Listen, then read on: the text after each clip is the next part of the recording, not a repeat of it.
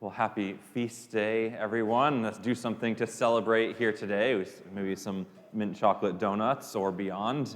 But it's always one of my favorite days of the church year, even before I arrived here at Christ the King Parish. And this beautiful solemnity of Christ, King of the universe. It's a gorgeous celebration of what we're all looking forward to, the goodness of our King and the greatness of his kingdom, this heavenly kingdom that we're keeping our eyes focused on. And the readings today each speak a little bit about what that kingdom is like, about who our King is. The first reading from Daniel tells us his kingdom is an everlasting kingdom. It shall not be taken away. It shall not be destroyed. The psalm response that we sung said, this king, his decrees, he is worthy of trust indeed. He is worthy of our trust indeed. The second reading from Revelation talks about we have this king who loves us and has freed us from our sin, that everyone will see him. All eyes will be fixed on him, even those who have pierced him will see this love, will see this freedom that this king brings. And then you have this gospel passage, which I just find beautiful. It struck me in a different way this week, where you have this clashing of kingdoms. You have the worldly power, Pilate representing the Roman Empire, perhaps the strongest, most forceful empire that has roamed our history. And he's there with his kind of appropriate swagger and arrogance. Your kingdom, your people have handed you over to me. You are in my control. He's probing Jesus, trying to force his authority there. And then you have Christ, with the heavenly kingdom, King of the universe, also confident, more confident than Pilate even. Pilate, you can hear almost a little bit of insecurity underneath the arrogance. Jesus, there's this peace and confidence as he speaks back to Pilate, speaking of his kingdom, testifying to the truth. But the thing that strikes my heart the most this week is that it almost seems like Jesus is searching for something more in that conversation. As he speaks to Pilate, and I notice it most clearly in his very first question to Pontius Pilate. As Pilate asks, "Are you the king of the Jews?"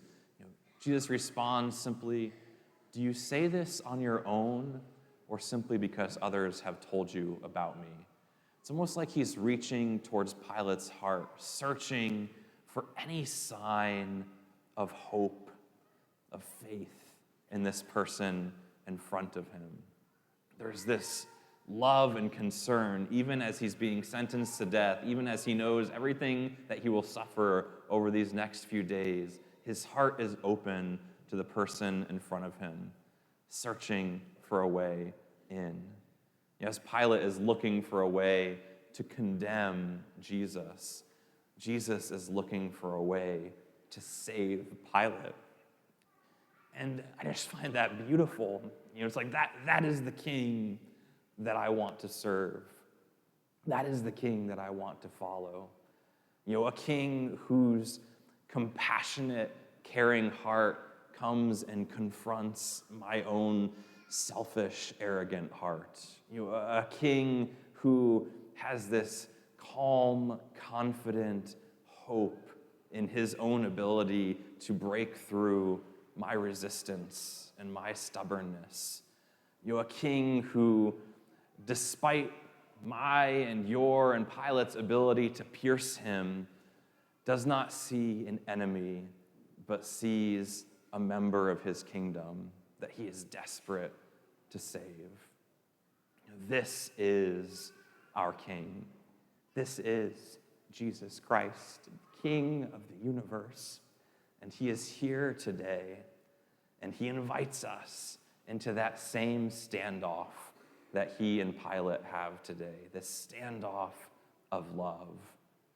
He looks at each one of us in the eye as he comes into our life again, as he presents himself to us in the Eucharist, as he gives himself to us at the conclusion of one church year and at the beginning of another. He looks at us and asks, going into each one of these aspects of his kingdom. Do you actually know that I love you and that I have freed you from your sins, even if you have pierced me, even when you continue to pierce me?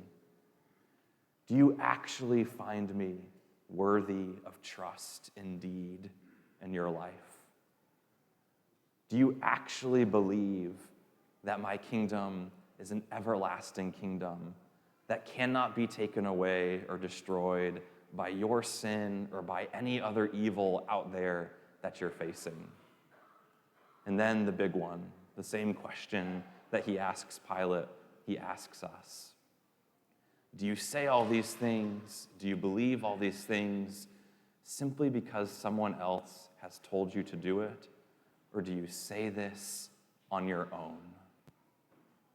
As he meets us here today, King of the universe, before the one he loves, he asks us, do you, your mind, your heart, your soul, do you yourself choose and claim me as your king, here today, tomorrow, and for eternity?